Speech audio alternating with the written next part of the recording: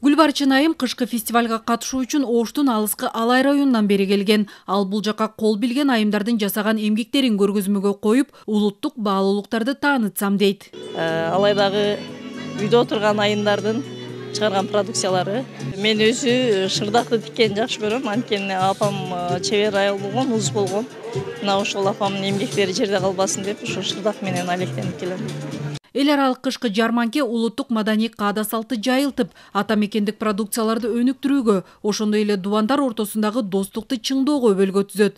Мындан тышкары караколду туристтер үчүн эң ыңгайлуу аймак катары көрсөтүү максатыда коюлганы белгиленди. Ар бир конокко, туристке салам айтып, келип кеткиле, келип тургула дегенге мындай бизге ушундай иш-чара уюштурулду да.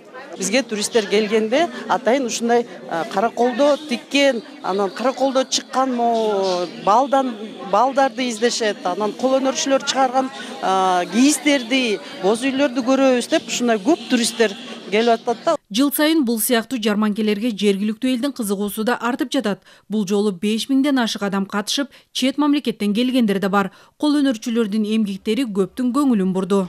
Биз шырдактан, журкан төшөктөн баштаганбыз, анан улам кийинки күндүн суроо талабына ылайык азыр биз жүндөн кол өнөрчүлүгүнүн жүн боюнча ийни техникасы менен оюнчуктар жасайбыз.